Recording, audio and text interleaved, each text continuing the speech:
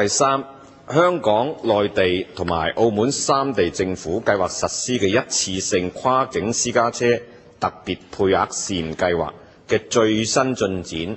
大致嘅規劃同埋配額嘅分配方法係點樣？會否按車輛類別同埋按車輛屬政府企業同埋個人所有分階段實施？隨住新嘅陸路口岸投入服務，粵港政府認為有空間可以循序漸進嘅方式放寬私家車過境嘅限制，以滿足對跨境交通嘅不同需要，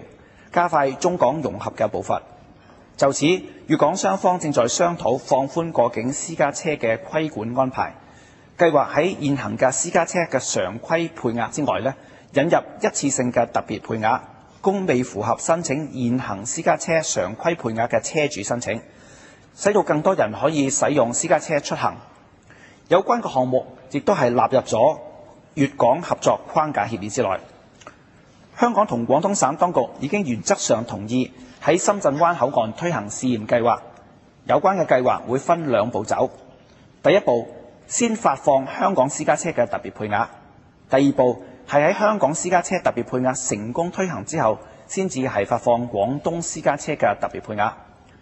雙方而家正在商討有關嘅實施細節，包括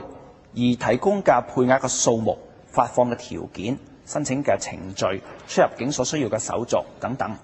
確實嘅推行日期要視乎雙方商討實施細節嘅進度。其他過境嘅車輛包括係屬於營運性質嘅貨車、旅遊巴士同埋出租車，就有恆常嘅業務需要往來兩地。而屬於臨時性質嘅粵港一次性特別嘅配額，唔能夠配合呢啲車輛嘅業務同埋過境嘅需要，所以將呢啲車輛納入一次性嘅特別配額計劃之內係並不適合㗎。另外，粵港澳三方面已經就港珠澳大橋嘅車輛規管嘅事宜係開始研究㗎。由於涉及三地不同嘅法規交通規管、運作嘅模式同埋道路系統，因此三地嘅政府需要好小心研究相關嘅規管事宜，並且籌劃可行嘅方案，以便往來三地嘅車流。